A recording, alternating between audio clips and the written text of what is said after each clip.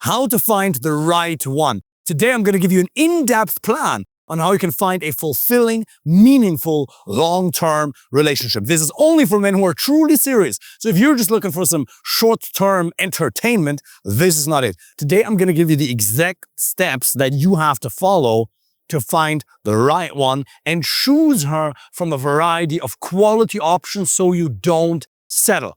The first step is understanding why it's important for you to find someone, because your life is probably busy. If you're doing well in your career or your business, you probably don't have a lot of time available to yourself. You might say, I don't even have time for dating, which is nonsense because we all have 112 waking hours available to ourselves every single week. But you probably have a lot of responsibilities. Maybe you have children. Maybe you have a charity that you're devoted to. So carving time out of dating is going to require you to be very conscious as to why it's important enough for you. Because at a fundamental level, we as human beings are motivated by two things: pain and pleasure, away from motivation and towards motivation. And if you want to be able to endure the temporary discomfort that comes with dating, yes, it's going to require some work, then you will have to have a strong enough why.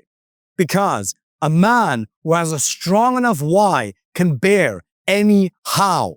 So what I would invite you to do is write a list as to what it's going to cost you to not find somebody of quality, what it has cost you in the past, and what it's costing you right now. How is it negatively going to impact your children? For example, in my opinion, you can only be the best role model for your sons or your daughters if you make yourself happy. If you don't make yourself happy first, how are you supposed to be the best role model for them? Because children don't just learn from what we tell them, they model our behavior.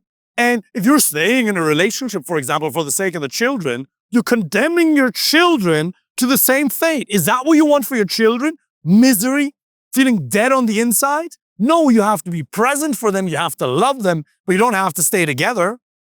So understand that you getting out there and dating to choose the right woman for a fulfilling long-term relationship will have a positive impact on everybody around you. Because if you make yourself happy, you will be the best version of yourself. It's not just about having a high IQ or having things good on paper, but what's the energy you radiate on a day-to-day basis? And trust me, I'm no hippie. I'm pretty German. I'm fairly anchored in practical, objective reality. I'm not too far in woo-woo land, but it is true that how you interact with people and how you influence people on a day-to-day basis largely depends on your mental and emotional state, which depends on whether your needs are met. And if your need for love and connection isn't met, you won't be the happiest. You can do well in your career or your business, but if you're not happy in your intimate relationship, you are not happy. So that's the first step. Write down what it's going to cost you, and then also write down how amazing your life is going to be when you do have somebody like that. Because you did that with your career or your business. You had a vision of the job you wanted to have, of the career or the business you wanted to start, and how much freedom it was going to give you, or whatever perks or benefits you hoped it was going to give you. You had a vision. You had a clear vision. That is the first step, and it has to excite you, because visualizing will create emotional certainty within you, which will allow you to take action. You have to create the vision in your mind first. Without a vision, men will perish. The second step is the what. Write down in detail what you actually want. Write down your must-haves, your nice-to-haves, and then your deal breakers. I want you to write in detail 3, 4, 5, 6 pages of what your ideal woman would look like. Tony Robbins talked about that many, many years ago. You put yourself into a great mental and emotional state. You listen to a song, you go to a place that inspires you. We're in Miami right now. It's a beautiful background. Go into nature, go into a forest, go wherever you want to be, sit down on your meditation pillow, whatever you happen to be, in your martial arts dojo, your rock climbing gym, wherever you draw a sense of inspiration, and then write. But don't write from a sense of desperation, write from a sense of inspiration. Because if you're not in a good mental and emotional state, if you don't feel inspired while you're writing it, you won't have the same cognitive resources available to yourself. State-dependent memory says that depending on the mental and emotional state we're in at any given point in time, we're only going to remember certain things. If you feel bad, you're going to remember more things that are going to make you feel bad or angry. If you feel sad, you're going to remember more things that make you sad. If you're fearful, You're going to remember more things that are going to feed into the fear. But if you're in a state of love and abundance and strength and certainty and excitement and inspiration, you're going to remember more things that will feed into that. So get into that state and then write. And don't limit yourself. Les Brown says, most people fail in life, not because they aim too high and miss, but because they aim too low and hit. Most men, Henry David Thoreau says, live a life of quiet desperation because they have never aimed. Don't limit yourself in your head. This is not about aiming for a perfect 10 out of 10. Whoever says this is completely delusional. But in terms of physical attractiveness, what do you want? In terms of personality, what do you want? In terms of values, what do you want? In terms of IQ, what do you want? You want to be able to have intellectually stimulating conversations. You should not be ashamed of having preferences. If you're willing to make her life amazing, to invest in her, to make sure her needs are met, to work on yourself every day, to make sure you treat her as best as humanly possible, then you also deserve a really quality relationship. So don't limit yourself in your head. So, first step is write down your why. Second step is write down your what. Third step is confidence. You have to understand the 4 sources of confidence because it doesn't matter what you have to offer. If you don't present yourself in the most confident way in your interactions with women, they will lose interest. The first source of confidence is competence. You have to learn the skill set of dating, of communicating effectively. You have to know what you're doing. We're going to touch on some of that later today in this video, so stay tuned. The second source of confidence is your mental and emotional state. As much as confidence depends on a context-specific competence, it is also something you can create in the moment, irregardless of what's happening on the outside. Of course, it's nice and easy if you get a date and it goes well and life gives you what you want, but you have to be able to create certainty, confidence, in other words, from within, regardless of whether you're being validated at that point in time, regardless of whether she's texting back, regardless of whether you may have gotten a rejection. No matter what happens on the outside, you have to be able to generate certainty, confidence from within. How do you do that? Tony Robbins has a triad: physiology, language patterns, and focus. Gunter Schmidt, one of Germany's best psychologists, talks about this as well. You can intervene in your own experience. Your own experience is something that you prime. It's something that you co-create at any given point in time. You are not a victim to your mental and emotional state. And yes, that counts for heartbreak as well. I've had clients who are in their 50s, who are doing extremely well in the career of their business, who are lying on the floor, crying after a woman broke their heart and ended things with them. Lying on the floor, screaming, crying, depressed for weeks and months after they've gotten their shit back together. This does not have to be you. Yes, of course it's going to hurt for a day or two, but how long you suffer is entirely up to you. I'm not saying you're going to go from that pain of heartbreak immediately to happiness, but you can absolutely go to a state of strength and confidence that is something that resides within you. That is an ability you have. You do not need her to be in your life. And by the way, you don't need any particular person. Anybody can be replaced. Marshall Rosenberg, founder of Nonviolent Communication, said, any psychological need you have, for example, the one for love and connection, can be met independently of any particular person. You don't need her. She's gone. Move on. This is an example of when it's required to take control of your mental and emotional state, but you need it every day to perform at your best in your business or your career or on dates. Yes, that's a performance as well, an authentic one, but it is a performance nonetheless. The fastest way to change how you feel, to control your mental and emotional state, is, as Tony Robbins says, your physiology, the way you use your body. A lot of men rely on alcohol to change their neurochemistry and their physiology. That obviously has a whole host of downsides. It's a group A carcinogen. It eats holes into your brain. It decreases your calibration. It reduces testosterone. It makes you more depressed, more sad. It increases stress. It has a very short-term benefit for a very terrible long-term or multiple negative side effects. So how can you change your physiology in a positive way? One of the fastest ways is a workout. Now, sometimes you can't just work out. What can you do? You know how Jordan Peterson says, stand up straight with your shoulders back? The difference between this and actually pulling it back, these 3 centimeters will have a measurable difference. Power posing is very powerful. You stand like this with your hands up over your head. They've measured a 20%, 20%, I don't remember exactly what it was, increase in dopamine as well as testosterone and a reduction in cortisol. There are things you can do to change the way you feel instantaneously. Andrew Huberman has something called the physiological sigh. Let me demonstrate. If you ever want to reduce your stress levels very quickly and you want to activate the parasympathetic part of your nervous system, the rest and digest part, you simply inhale up to 90% of your capacity, then inhale a little bit more so the lungs inflate one more time, and then you exhale slowly for around 8 seconds. So you inhale slowly, or like fast actually, for 90% of your capacity, then another inhale, and then you exhale through your mouth for 8 to 10 seconds slowly. So it looks like this.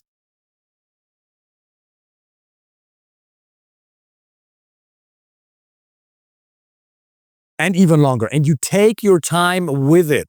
The slow exhale is what really, really matters at a double inhale. Do this 3 times and you will feel a measurable, instantaneous reduction in stress. You do this 10 times before you go to bed, you will fall asleep so much easier. And this is a powerful tool you can do in between meetings. You can do it before the date. If you're a little bit nervous on the date, there's a million tools. But you could just go to the bathroom, do this 10 times, you'll come back a lot more relaxed. You might even say, what did you do? Why are you this relaxed? Did you have a couple of additional tools available to yourself? This is really powerful. And another way to change your physiology is to change the way you walk. Gunther Schmidt always says, that psychologist in Germany that I always talk about, who's a legend, how you're going, it's how it's going. Sounds silly, and a friend of mine was actually making fun of me for that. I was like, David, it doesn't sound as nearly as good in English as it does in German. But in German, you say, wie du gehst, so geht's. Wie du gehst, so geht's. How you're going, that's how it's going. That's where the question comes from. Because the way you walk has a measurable, immediate impact on how you feel. Whether you slouch, you have your head down, or whether you walk with a degree of intensity, you put your head up, and you walk with a sense of strength and certainty. This hypnotizes how you feel. How you walk and how you use your body is not just an expression of how you're currently feeling. You're actually hypnotizing yourself. You're creating a very powerful mental and emotional state, or a disempowering one. Adding certainty to the way you speak, that changes your physiology. Singing, that changes your physiology. There's so many tools, but start with your body. Andrew Huberman talks about that as well. If you have stress, if you have fear, if you're not feeling as good as you want to feel and you want a rapid change, you change your behavior first. The way you use your body, this then primes a more empowering mental and emotional state. It is one of the most important tools you'll ever have available to yourself in your entire life. The next key to changing how you feel is your focus. What do you focus on? Do you focus on getting the number? On what she's going to say? On whether she'll approve of what you have to say? On whether you're going to make love or not? Or on whether this is going to be a relationship or not? Do you focus on the outcome or on your actions? If you focus on something you can't control, it's going to produce stress because you're presenting your unconscious mind with the challenge of having to control something that is outside of your realm of control. And if you can't control it, it's going to produce stress. So focus on what you can control, and it's immediately going to produce a sense of certainty and confidence within you at this point in time. So simply ask yourself, what can I control right now? You can control the fact that you introduce yourself. You can control the fact that you send a message. You can control the fact that you build a really good profile on dating apps. These are things you can control. Outfits, all the stuff we're going to talk about in a couple of minutes. These are things you can control. The more you focus on that, the more it's going to produce a sense of confidence. Another little focus hack. Who loves me? What am I grateful for? What do I have? Nothing. Okay? What could I feel grateful for if I really wanted to? Well, this and that. And if you direct your focus by using your questions, that immediately primes a different mental and emotional reality, and it is not fake. Your neurochemistry fires differently, and it has a lasting impact. And a lot of us don't really take control of that. We wake up and we immediately check our messages. I do that too because I want to respond to clients. A friend of mine who's one of the biggest weight loss coaches in Germany texted me this morning, so I video called him immediately to make sure he's okay. That's fine sometimes. But you need to have a time during the day where you take care of yourself. And a lot of people like to shit talk morning routines. And that's fine. Whenever there's a trend in society, there's going to be a counter trend.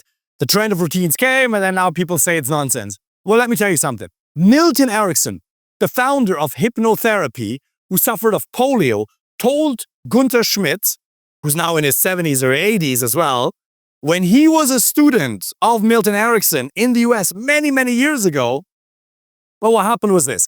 Gunther Schmidt attends a seminar of Milton Erickson. He's really excited. He's a good German. They're supposed to start at 9, and Milton Erickson comes 2 hours late. And then Gunther Schmidt goes to him, we were supposed to start at 9. And Gunther Schmidt is telling us the story where I was learning from him in a seminar in Germany. We're supposed to start at 9, right? Good German order.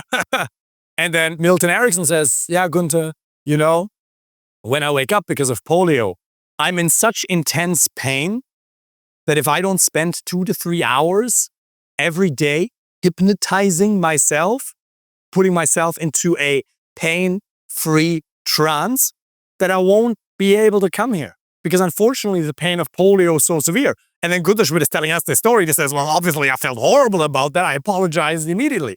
There you go. And the moral of the story that I took away from it was, if he could spend 2 to 3 hours every single day to put himself in a state where he's able to perform for even just 4 or 5 hours, can we spend half an hour? Can we spend 15 minutes? Can we spend an hour? Yes, we absolutely can.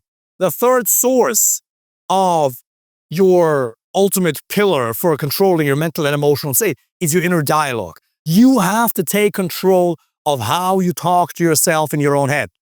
And most of us have heard it, but we haven't actually implemented it. Your inner dialogue is very critical. You can be your own biggest critic. It can be self-defeating. It can be very harsh. It can be disempowering.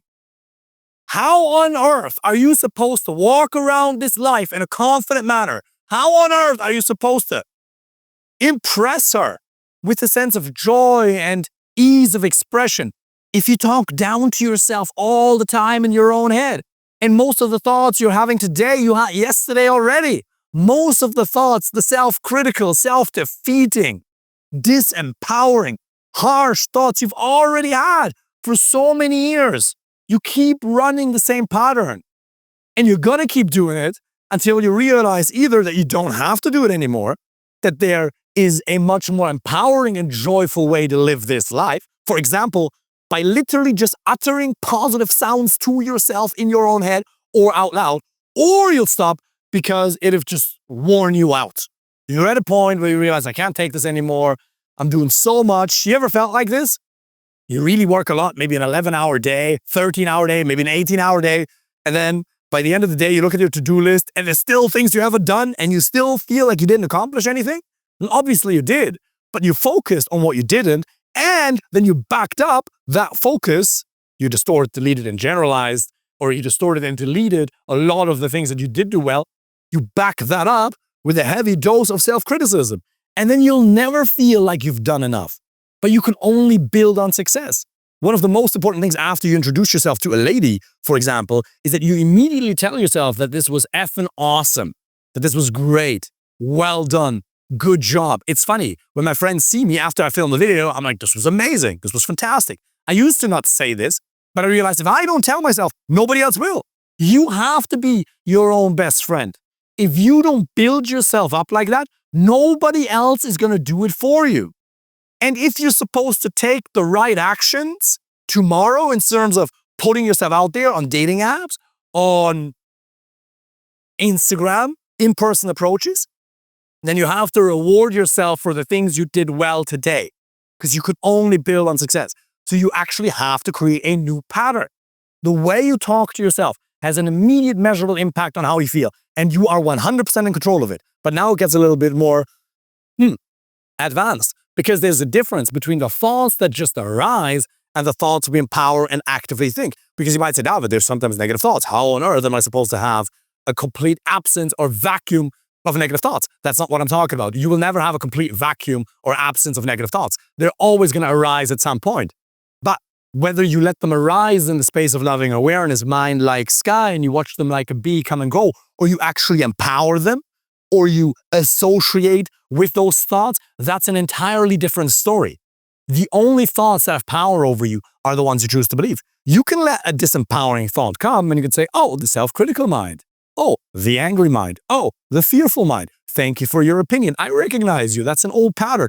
And immediately you step into relation to that thought.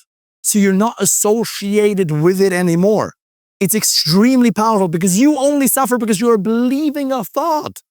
The only reason you're feeling pain, other than not taking care of your physiology, which is the most important thing, because you believe the illusion of laws, you're associated with the thought, you think you're the thought, you're suffering. You don't have to. So what I would like to encourage you to do is not necessarily take up meditation, even though it's amazing and I can highly recommend it, but you can do active, daily, everyday meditation, where you just become aware of the thoughts that arise and you can say, oh, that's an old pattern that I don't want to run anymore. Oh, the negative critical mind, I don't need to go into that anymore.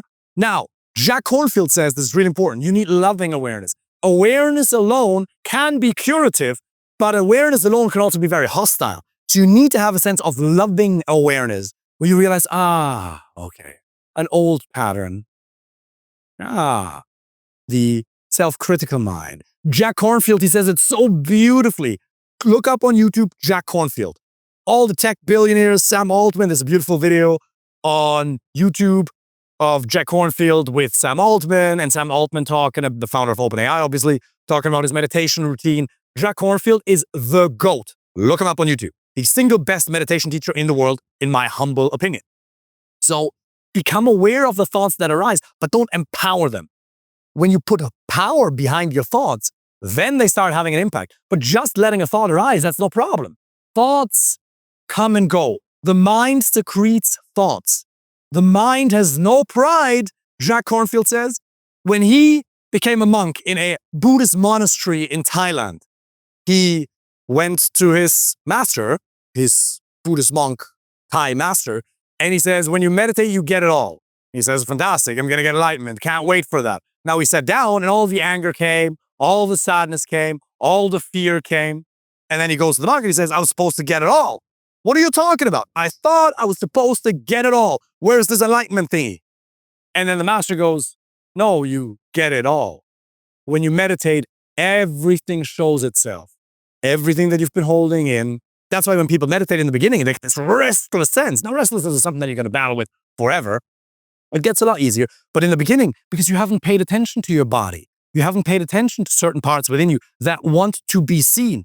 So you just allow whatever comes up to arise and you make it bigger and you don't resist it. Resisting it doesn't help either. Pressing it down doesn't help either. It just amplifies it. Whatever you resist persists. So you give it space. Oh, fear, oh, anxiety, oh, stress, oh, anger, oh, sadness, oh, loneliness.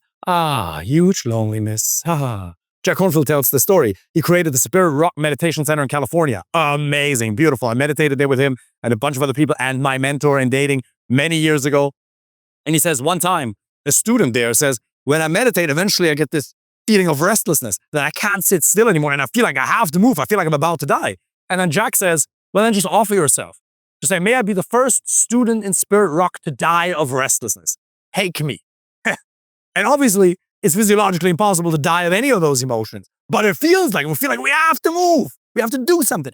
And changing of physiology is fine, but also sitting with and surrendering to it and getting into a state of utter non-resistance and just allowing it to be there.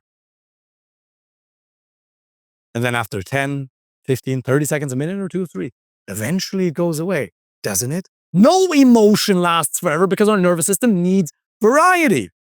The second psychological human need we have. But if we keep feeding into it, then it stays there. So become aware of the thoughts that are there and get into a playful relationship and just let them be. Okay. And then one of two things is going to happen. Either you'll be able to acknowledge the thought and you refocus on your work or your breath if you're meditating, or the thought and the emotion is so strong that it's impossible to go back to the breath because the thought is accompanied with anger, sadness, fear, rage, restlessness. And in which case, you say, I bow to the emotions, like a huge wave of experience. And then you take a bow, you say, I see you, thank you. and you bow to it and you sit with it and you focus fully on the experience because it's so strong anyway. It is where it is, and you sit with it and you realize, oh, it doesn't hurt me. And then you develop a superpower of being able to sit in silence forever. And you realize everything you ever craved, you can access at this point in time. All the love you want to feel, all the peace you want to feel, all the joy you want to feel, everything you want is accessible to you at this point, right here, right now. And this doesn't mean that we shouldn't get awesome dates and a fantastic relationship. Of course, I'm very German. I'm very practically oriented, as I said earlier. We do have to live in objective reality. We do need to live and engage with the world because a lot of people who go too far into meditation, they become apathetic. And apathy is not peace. That's just apathy. That's you refusing to engage with the world because you're actually resisting the emotions that come or the discomfort that come with the pursuit of growth. That's not the aim of the game either. So you want to engage with objective reality, but having this tool available to yourself that you can turn on peace, that you can turn on joy within 20, 30 minutes, whenever, wherever you need to, it's extremely powerful. And they've done studies where they realized if people go from 0 hours meditation practice to, I believe, 11 hours or something it was, that you can see the first measurable changes in their brain structure under an MRI. So these are tools you have available to yourself to take control of your mental and emotional state. And talking about confidence, another hack for confidence, by the way, is the fact that you choose it. You make a decision. So many people walk around not understanding that you can choose confidence as a mode of being in this world. People think, oh, I'm keeping it real. I'm more authentic. I'm humble. I'm negative. Yeah, you're keeping it real negative. Who says it's more authentic to be negative than positive? Who says it's more authentic to be a pessimist than an optimist? It isn't. And they've done studies where they realize that pessimists are almost always more accurate in their own self-assessment, but optimists are always more successful.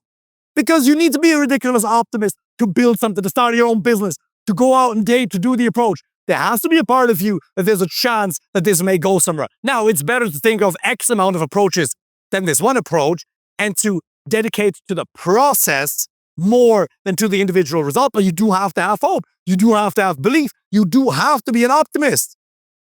And so I would encourage you to just choose confidence. Zoom out from Earth. Look down upon Earth from Mars or Jupiter. Nobody cares. The aliens 3 billion galaxies away don't care whether you live in an insecure, anxious, weird way or whether you just walk around in a beautiful state, in a confident state. And by the way, being confident does not mean being arrogant. It has nothing to do with you thinking that you're better than somebody else. That's not it at all. But it does mean that you're aware of your value. And this leads me to the next point. You write down 20 reasons as to why it would be the greatest gift on earth for the right woman to be your wife or your girlfriend. Why would it be a gift from the universe for the right woman to be your partner? And I'm saying the right woman, not for every woman, because you are an acquired taste, just like I am, just like Jacob is. We are all an acquired taste, and we're not compatible with most people. But for the right woman, why would it be a gift? And you're not going to write down 15 reasons or 19 reasons. You write down, 20 reasons. You write down 20 reasons as to why it would be the greatest gift from God, him or herself, to be part of who you are and your life. And it'll do something with you. Why? Because it shifts your focus. You become aware that, oh, I actually have a lot to offer. I have financial stability. Or if you're young in your career, I'm hustling right now. I'm working on myself. I'm going to the gym. I'm kind. I treat her well. I've got good back massages. I'm great at making love. I want to satisfy her. Whatever it is, you write all of that down, your own individual list. If you want to write 40 reasons, write 40 reasons. And it grounds you in the value you have to offer. This is a must. You must do this exercise. If you want to, you must do nothing. But if you want the biggest and highest levels of confidence that are available to you, you have to do this exercise. Confidence goes a lot deeper than this, but put these practical tips into action and you will reap the rewards. The next step, now that you've taken care of your confidence, and by the way, confidence also improves as you're venturing out there. So it's not like you stop, you just build up your confidence and then you get out there. You do it as you go along. So you go on dates and you do this while you're actually engaging with objective reality on dates, while you're working on your communication skills. Because remember, the biggest source of confidence is always competence. So as you're developing your communication skills, your confidence always increases. So you do it at the same time. You don't just have to meditate or work on yourself before you're ready to get out there. No, because that would imply that working on yourself is going to stop at some point. You're always going to work on yourself, so you might as well start now. You might as well start dating now. You might as well start finding the right one now. How can you get dates? First one, dating apps. An amazingly powerful tool. You can touch your phone in a certain algorithmic manner, and a beautiful woman appears who wants to get to know you.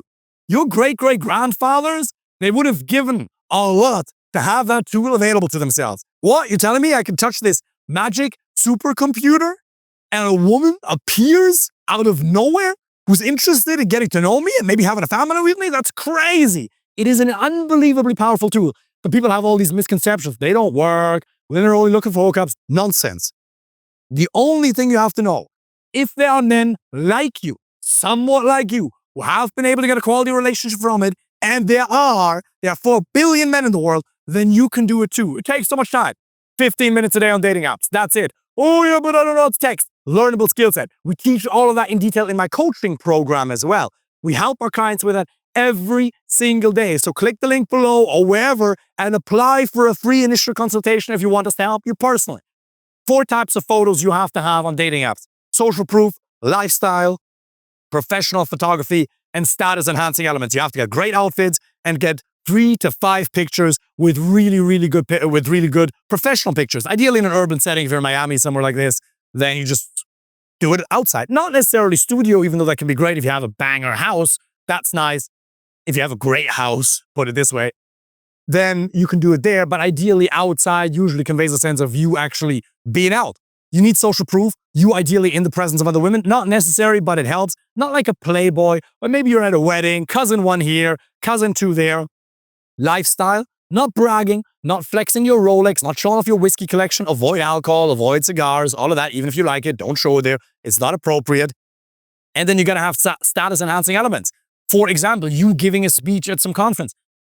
It's not necessary. You can get good results with just professional photography, but if you want really good results, you need a combination of that. Then you build a bio where you stand out. You write prompts that allow you to stand out, and then you learn to text. And then you only need to spend 15 to 20 minutes a day for 1 to 2 quality dates a week.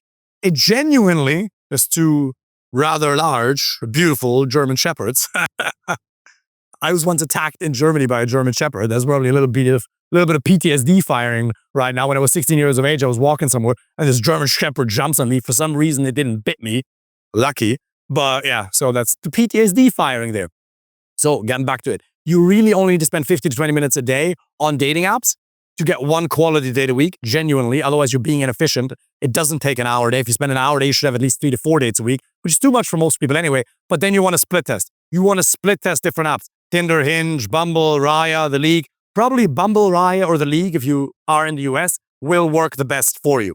Dating apps are fantastic. Now, then you want to move the conversation from dating apps to Instagram. Instagram is an unbelievably powerful tool because it allows her to get to know you more. She will see so many exciting things about you or good things about you. You know when you're talking to somebody on WhatsApp or on iMessage and all you see is one image or even just their initials?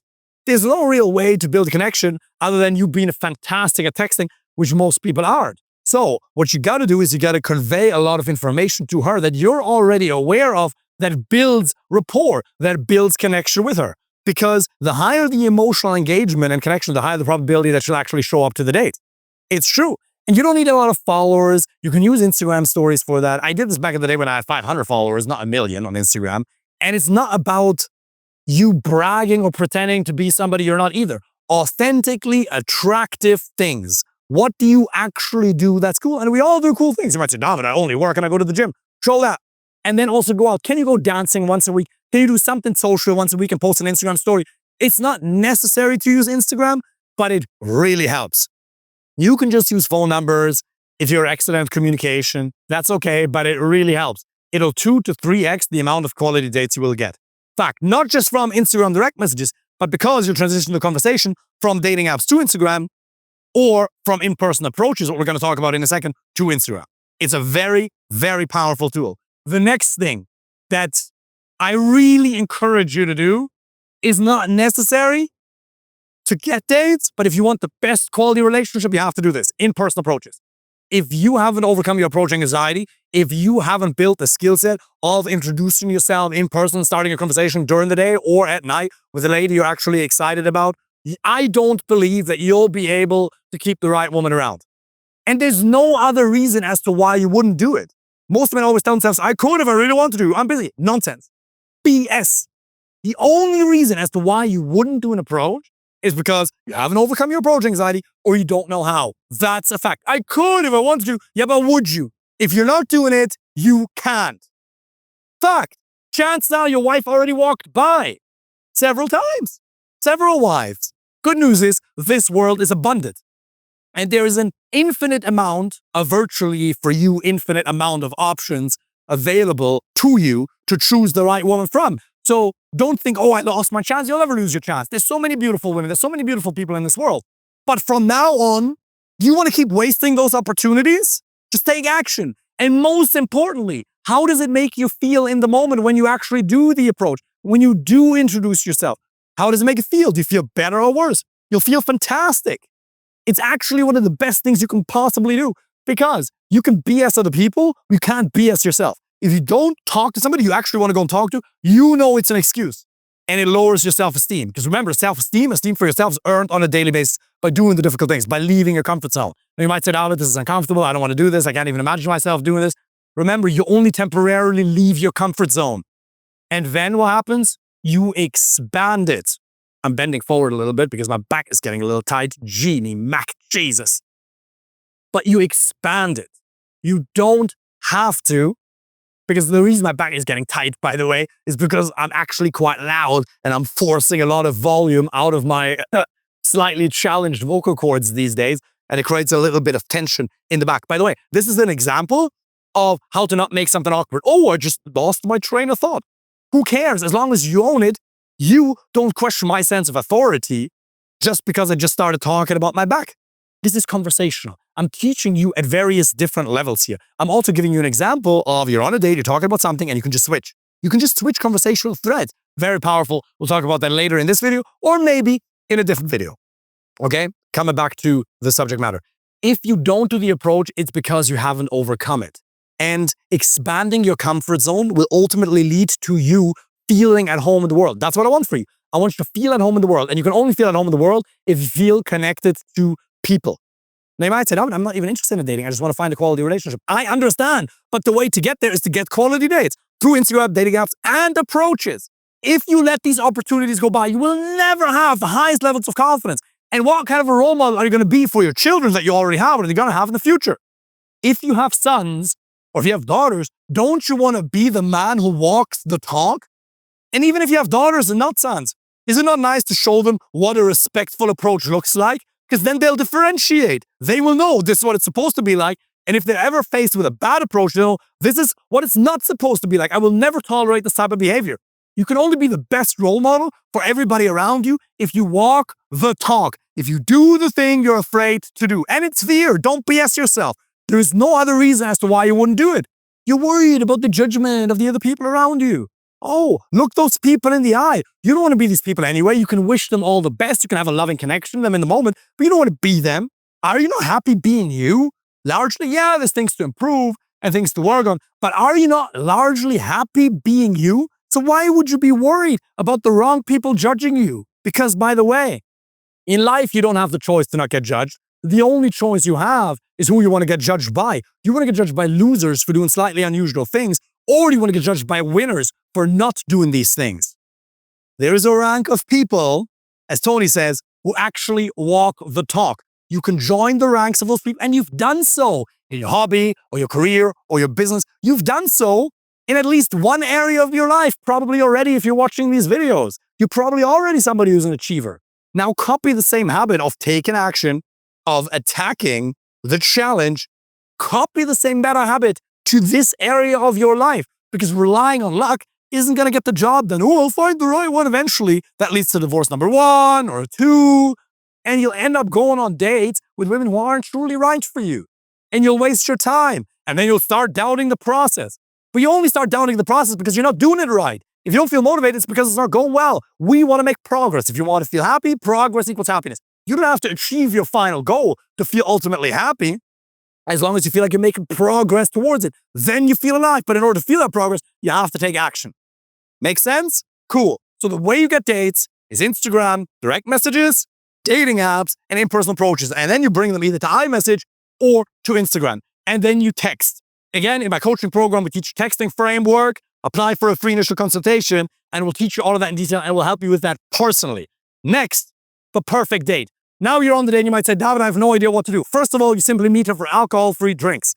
You don't have to say alcohol-free drinks, and it can be drinks if you need to, but just say, let's meet for drinks one of these days. That's it. She says, cool, and then you suggest a concrete time or place. You can say, how about Thursday night? She says, I can't. Cool, no problem. Or you can say, I can do Thursday or Friday. Suggest 2 days. And then you meet her. You don't have to pick her up. You don't have to do anything crazy. You don't have to worry about anything. Just make sure you're well taken care of. Obviously, you roll up on the date and you just do drinks and you sit next to each other on opposite of each other. And then you do storytelling. You communicate, your personality authentically and effectively. That's the skill set you have to develop. You start communicating who you are and you tell stories, not somebody else's stories, your stories. If you want to stand out, you have to tell your stories. And you have to learn to be so radically honest that you polarize. You want to be like Moses' part in the Red Sea. After an hour and a half of a date with you, she should either love you or hate you. If she doesn't either have very strong positive or strong negative emotions towards you, by the end of the day, you communicated wrong. You filtered your communication. And most men don't realize how much they filter their communication because they're worried whether she'll approve of what they have to say. They're trying to play it safe. But playing it safe is actually the riskiest thing because you'll never create real depth. And thereby, you will lose it all. You have to be willing to lose the wrong people to get the right ones. Depth is much more rewarding than width. Depth in terms of friendships and that one quality relationship. You only need one woman in the end. You only need one. You don't need 23. I mean, if you want to, who am I to judge? And if everybody's happy, you do whatever you want to do. But most likely, you only want one fulfilling relationship to one beautiful person. You can absolutely have that. But the following saying is only half true, but there is some merit and utility to it. You can't say the wrong thing to the right person. This implies that if your values are the same, if you're aligned, if you're compatible, which is something you can only discover, not create, then you can't say the wrong thing because you're compatible. If you express a strong opinion, then you cannot say the wrong thing. She'll like you more because you don't just bond over what you both like, you'll also bond over what you both dislike.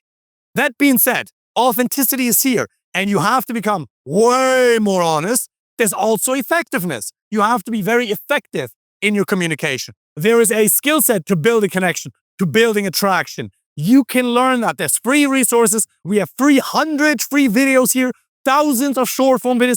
We have a podcast. There's paid resources, but dedicate yourself to learning it. It only takes a couple of months. It only takes X amount of months to actually learn that skill set. And once you do, magic unfolds. Imagine this circle, authenticity and effectiveness, where both of those overlap. That's where the magic happens because most men are on either side of the spectrum.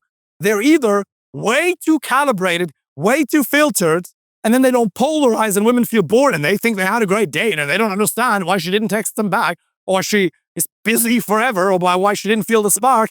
Or they're so authentic that they're not relatable anymore. You still want to be a relatable human being and a functioning member of society. But make a conscious effort to do both. Life is and, not or. And then you have to create a man-to-woman connection. You can do that by using compliments, misinterpretation, teasing, push-pull. None of this is manipulation, but these are tools that foster a sense of connection in the moment. Because you can't just do you, just be yourself, doesn't work. Yes, on the one hand, if you actually truly fully own it, and if you're an effective communicator, just be yourself is probably the single best piece of advice anybody could ever give you. But the problem is with the word just. Just be confident, just be yourself. That's the same thing as saying just be rich. Yeah, but how? Yes, be radically authentic, but there's the skill set of authenticity to it as well. But start giving her compliments. Give her a tailored compliment. Say something like, I really like your facial expressions. Or you have the cutest facial expressions when you're trying to explain something. These are the squarest earrings I've seen in a long time. They're actually kind of cute. You're actually kind of funny. Ha ha. Use whatever tailor. That was almost a bit of a push-pull. You saw that? Because you have a tease in combination with a compliment, and it's not a tactic. It's not about the tactic. If you actually fully, radically, honestly express yourself, you're gonna say some things that will be a natural tease and a compliment. With compliments, you don't want to overdo it. Because if you over-compliment her, she gets freaked out. It's too much. It makes her come across as desperate and thirsty. But you do want to give her 1 or 2 or 3 tailored compliments over the course of an hour and a half. Absolutely. It creates emotions within her. It makes her feel wanted. It makes her aware of the fact that you actually really like her. The more tailored, the better. And then you can misinterpret things in a slightly sexual way. Or you can start talking about playfully intimate and romantic things. What you have to avoid at all costs is negativity. And you don't want to talk about her ex or your ex or other men in general. Negativity is the biggest thing you want to avoid. And vulnerability and opening yourself up, by the way, has nothing to do with being negative. Oh, by the way, my uncle, he kicked me in the face when I was 7. Whatever, is always the silly little example that I use. If you start doing that, you're going to abuse her as your therapist. She is not your therapist. You are not her therapist. You are lovers first, friends later. Yes, you're going to develop a friendship. Yes, eventually you'll be there for her at some point in time. But the baseline relation that you have to one another, the most important role you have is lovers. That is the single most important role you have to occupy on a day-to-day basis. If that's not it, the relationship is doomed to fail. That's why you can't just be friends first and lovers later. You have to be lovers first and friends later. Yeah, but John and Mary, they were friends for 2 years. We're talking about probabilities, not possibilities. This is about what's most likely going to give you, or almost guaranteed to give you, the success. Because if you're just hanging around in the friend zone, what do you think she's doing? She's going on dates and she's making love to John and Stephen. John and Stephen are inside of her while you're still trying to be her friend. Is that what you truly want? Probably not. So stop BSing yourself. Communicate your intent respectfully in a calibrated manner. And if she's ever not interested, you leave her alone immediately and you create space and you back off and you allow her to invest in you. But you do want to communicate that intent from the beginning. And then you want to let her figure it out. Is she in or not? You only make an offer, just like you're always supposed to kiss her on the first date. The kiss is only ever an offer, but you got to make it. 19 out of 20 women won't kiss you on the first date. And most likely, you want to be with a woman who expects you to take charge and lead. That doesn't mean you telling her what to do. That doesn't mean she can lead at certain points in time and contribute amazing ideas. That's not what it means at all. But you have to take the initiative. Leadership in a relationship just means saying, let's do this, let's go here, and providing a sense of certainty in the moment. So you go for the kiss, but before you go for the kiss, you go for a fist bump, a high five, maybe a hug. And you're always going to get one of 3 signals, a positive, a neutral, or a negative. And after you get a positive signal, you can continue. If you get a neutral signal, you can continue. If you want to give her a high five and she backs off ever so slightly, or you touch the outside of her shoulder, for example, with your 2 fingers, and she backs off just a tiny bit, that's a negative signal.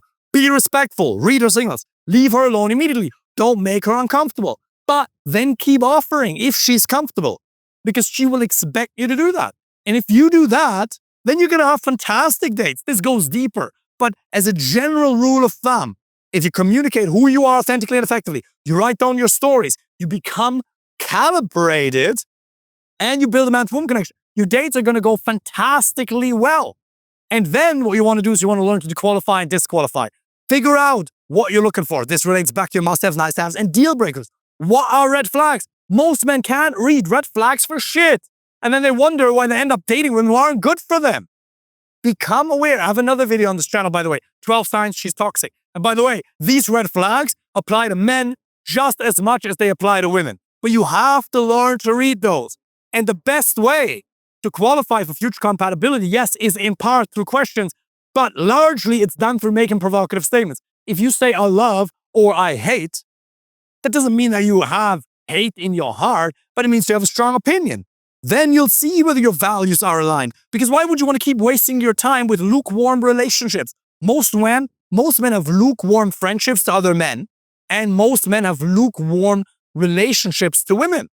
They're not that aligned. They might have a 5 out of 10 level compatibility, but if you truly have the same values, the personalities are compatible, and it's very easy for you to be yourself, you will feel truly alive around these people. You're going to really look forward to being with them. and you want to have a really high level of compatibility, the single greatest determinant of relationship success is selection. If you pick the right person, that's 90% of the battle. Yes, you have to learn to communicate effectively. But if you're with the wrong woman, no amount of couples therapy will fix that. And by the way, matchmaking is BS as well. It does not work. You're going to end up paying $20K. I've had plenty of clients who've gone through that before they came to me, before we made them successful, before we've helped them find someone. And they spend $20K. They're supposed to set them up with 12 dates. If they even do that, then they're subpar dates. Matchmaking only works for men with very low standards. Do you know anybody who's in a truly fulfilling, high-quality relationship with a woman who's physically attractive, intelligent, has an amazing personality and values that came from matchmaking? No, it doesn't exist. It's not part of reality. It doesn't happen. It happens for men who just want to be with anybody. That's fine. Why does it not work? Because their database isn't big enough. I have 2 million followers, almost or slightly above, across all platforms, and my database wouldn't be big enough to ethically do that. Think about that. Dating apps don't even really do that. Yeah, you could say it's a matchmaking thing because they hook you up, but they don't really matchmake. You do it yourself. They just provide potential possibilities for you to match with somebody, but they don't actually match you up, right? You still have to do that autonomously because free will. Other people can't tell you who you're supposed to be in a relationship with. They don't even know you that well. Your mom, your father, they don't know you that well. They might try and understand that it's part of certain cultures. And I think all cultures have beautiful aspects to them, but all cultures have sides that disempower people as well. And arranged marriage does not lead to human flourishing because I believe in individual choice. So learn to qualify and disqualify. And then you simply move things forward. You set boundaries. You over-communicate your expectations. You communicate your needs, and you study the dynamics of attraction. You set boundaries early on because only then she'll respect you, and she will only stay attracted to you if you actually set boundaries. And by the way, she gets to do that with you as well. Fernanda, my fiance, who I've been with for 5 years now, she's amazing. She does it with me as well. If I say stupid shit every now and then, she goes, David, that wasn't cool. And I say, sorry, it's fine. I don't have to set boundaries with her that often because she's amazing. But every now and then I do, and I say, hey, that wasn't okay. And even though there's a little bit of conflict in the moment, it actually makes her respect you more. She needs to see that you're a man of substance. A boundary is a direct investment into the relationship. Then you over-communicate your expectations, you over-communicate your needs, and then you understand what actually creates attraction. And boom, then you're in a relationship. It doesn't get more difficult than that. It's actually very easy. It doesn't have to be complicated. If you're a man who's kind, you're working on yourself. You consider yourself to be intelligent. You got some stability in your life. You have a life that you're wanting to invite a woman into, to build a family with, to have your current family with, to travel the world with, to do whatever you want to do. Then take action. Put these practical pieces of advice, this value that I gave you here, put it into action, and you will get fantastic results. And if you want the shortcut, then apply for a free initial consultation. If you really don't want to waste any time, click the link below. I've been able to do this with men from 300 men over that, a little bit more than that, from 36, 37 countries. Click the link below, apply for a free initial consultation, and looking forward to speaking with you soon. Take care.